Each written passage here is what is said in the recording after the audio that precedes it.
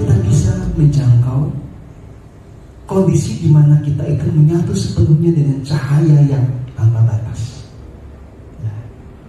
Kita merasakan damai yang total, kita merasakan ada di dalam samudera kasih yang penuh. Kalau itu diteruskan lagi, ya, kalau dibahasakan dengan manusiawi, kita menyadari diri ini ada di dalam kesatuan dengan kekosongan yang absolut. Bahkan kita bisa merasakan tubuh ini tidak ada. Kita lebur di dalam kekosongan yang absolut itu, tapi kita sadar bahwa kita ada. Ya. Nah, ini nggak gampang dibahasakan, gitu ya. Dan kalau yang nggak ngalami kan susah juga ngomongnya. Yang ngalami aja susah membahasakan. Kurang lebih kalau dibahasakan dengan manusiawi, ya, itu tadi kita merasakan bahwa tubuh ini tidak ada. Yang ada adalah kita sebagai kesadaran murni yang menyatu dengan segala yang ada, termasuk dengan sang sumber dalam realitasnya sebagai kekosongan yang absolut. Makanya disebut ini sebagai kondisi sumu. Kalau dalam bahasa Indonesia masuk pada kondisi void, total emptiness. Nah, ini namanya samadhi. Tetapi orang yang mengalami ini itu belum tentu kemudian mencapai tataran moksa. Ini kan baru momen sesaat dalam meditasi. Nah, untuk mencapai moksa itu, kondisi ini harus dipertahankan terus-menerus atau dimasuki terus-menerus di dalam berbagai momen kehidupan, termasuk ketika tidak sedang duduk siang. Nah, ketika ini berjalan terus, terjadilah proses yang namanya purifikasi tadi. Segala luka batin disembuhkan, segala jejak karma buruk dibakar, ya. Nah, mereka yang jiwanya murni itulah yang kemudian semakin merealisasikan kualitas kemoksaan, keterbebasan dari apa akar duka. Nah, untuk memudahkan, makanya saya menggunakan pendekatan kenaikan dari satu dimensi ke dimensi yang lebih tinggi. Jadi, saya mengungkapkan bahwa jagat raya ini bisa kita pahami sebagai matriks energi, materi, matriks ruang dan waktu. Nah, saat ini kita ada di dimensi 5 secara fisik kita. Kita sedang hidup di atomic world, dunia atomik. Nah, dengan tubuh fisik inilah kita sedang sekolah. Supaya apa? Supaya jiwanya naik kepada kesadaran yang semakin tinggi. Nah, naiknya kesadaran ini terkait dengan proses kemurnian diri. Kalau kita semakin dimurnikan, maka kita semakin naik di dimensi. Ya. Nah, teman-teman yang saya hormati, saya kan jujur mengakui bahwa saya, setelah belajar spiritual sekian lama, ya, tahun 2016, itu saya masih di dimensi 2. Lebih rendah ketimbang saya ketika lulus SD. Lulus SD saya dimensi 6, manusia normal. Ketika saya belajar spiritual malah turun, walaupun saat itu jelas tetap ada merasa terserahkannya ada, Pak, padahal nyangkut dimensi 2.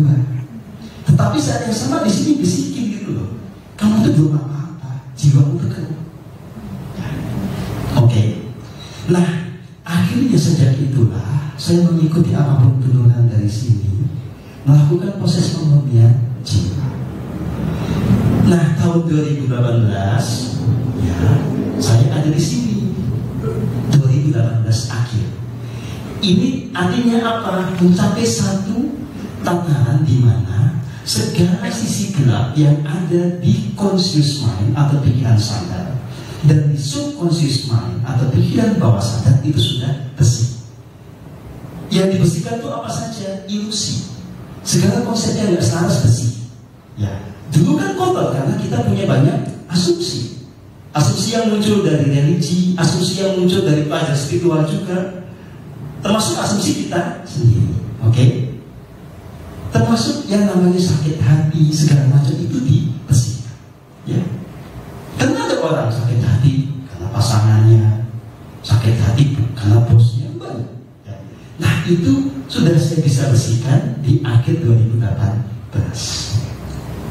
Nah, semenjak inilah terus bertumbuh ya. Nah, ketika kemudian semakin tinggi, semakin murni, saya menjadi mengerti betul yang disebut moksa itu apa. Moksa itu bukan hilangnya identitas, hilangnya kesadaran, tidak. Ini tentang kemurnian yang semurni-murninya. Jadi sebagai orang yang mengalami moksa, orang itu sadar bahwa dia itu ada, tidak hilang. Oke. Nah, walaupun tubuh kita ada di dimensi 5 dengan laku tadi, ya, dhyana, pranayama, samadhi, orang itu kesadarannya bisa ada di dimensi 31. Nah, kalau nanti dia meninggal, dia akan kemana? Dia akan mengikuti capaian terakhir ketika dia mengembuskan nafas. Kalau orang dengan kesadaran di dimensi 31 ini kemudian memilih untuk mati dalam artinya melepaskan badannya, ya, maka dia jiwanya akan ada di dimensi 31 juga. Nah, istilah nahyang itu bicara tentang bagaimana orang yang ada di dimensi ini ketika mati itu tidak hanya kemudian jiwanya yang pergi, badannya itu ditransmutasi sedemikian rupa sehingga dia kelihatan nggak ada, kayak dibawa pergi gitu. Ya, itu nahyang namanya. Gitu. Tetapi moksa itu tidak ditemukan oleh itu, karena moksa itu ada dua kategori. Ada yang dia memang matinya kayak orang biasa. Ada yang saya kalau yang kedua ini karena hanya tahu belum mengalami sendiri gitu ya. Dia belum tahu kan nanti saya matinya kayak apa ya. Cuma saya tahu di rekaman semestanya ada orang-orang yang meninggal dengan kesadaran tinggi, itu badannya dibawa pergi sekalian gitu loh. Ditransformasi menjadi cahaya juga. Nah, itu ada gitu. Tapi ada juga orang yang dimensi 21 ke atas yang meninggal itu biasa aja. Mayatnya ada, entah dibakar, dikubur, itu ada juga. Gitu loh kan. Tetapi tidak kemudian kita kehilangan identitas. Oke. Nah, yang kemudian disebut terjebak samsara itu yang mana? Yang ini.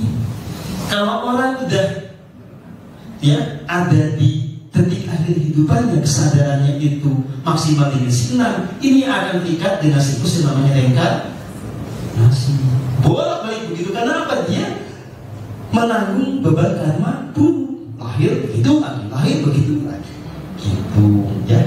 Silakan. Jadi dengan demikian boleh saya simpulkan penjelasan Mas Guru.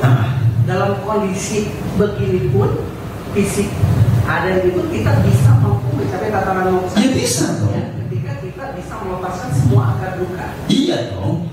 Terima kasih. Pada saat ini pun kita bisa mengalami kebahagiaan surgawi, bisa mengalami kebahagiaan yang dalam bahasa mistik disebut sebagai union mistika, kesatuan dengan sang sumber, kesatuan dengan rahasia dari kehidupan gitu ya. Ya, jadi moksa itu bukan meninggal ya. Tidak mesti harus meninggal. Iya, moksa di dalam kondisi kita masih bertubuh fisik itu dimungkinkan. Makanya orang-orang yang hidup saat ini itu kan kesadarannya macam-macam. Ada yang di sini, ada yang di sini, gitu kan? Begitu. Dia masih punya tubuh fisik, tetapi kesadarannya udah terbebaskan dari akar duka. Jadi bawaannya hidupnya ya happy selalu. Ya.